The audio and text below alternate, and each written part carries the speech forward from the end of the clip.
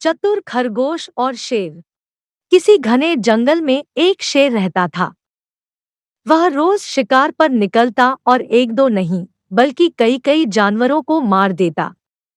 जंगल के जानवर शेर से डरने लगे थे और सोचने लगे अगर शेर इसी तरह शिकार करता रहा तो एक दिन ऐसा आएगा कि जंगल में कोई जानवर ही नहीं बचेगा। शेर को रोकने के लिए कोई न कोई उपाय करना जरूरी था। इसलिए एक दिन जंगल के सारे जानवर इकट्ठा हुए और इस प्रश्न पर विचार करने लगे। तभी उनमें से एक होशियार बंदर ने एक सुझाव निकाला। उसने बोला, हम हर रोज शेर के खाने के लिए एक जानवर भेज दिया करेंगे। इस तरह से राजा और प्रजा दोनों ही चैन से रह सकेंगे। सभी जानवरों को बंदर का ये सुझाव सही लगा।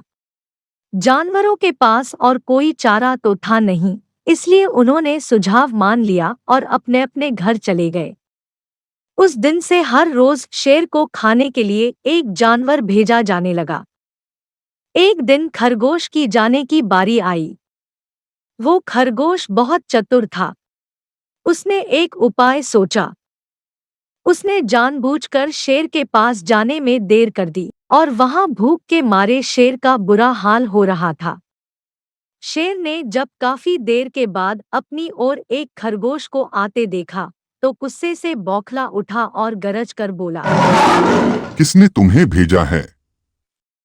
इतनी देर से आ रहे हो। जिन बेवकूफों ने तुम्हें भेजा है मैं उन सबको खा जाऊंगा। तब उस चालाक खरगोश ने आदर पूर्वक शेर से कहा, महाराज, हम 10 खरगोश आपके पास ही आ रहे थे।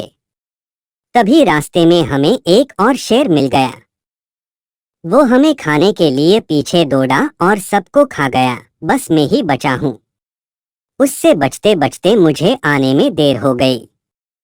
यह सुनते ही शेर दहाड़कर बोला, क्या कहा? दूसरा शेर? तुमने उसे कहाँ देखा? महाराज, वह तो बहुत ही बड़ा शेर है और वो बोल रहा था मैं ही इस जंगल का राजा हूँ।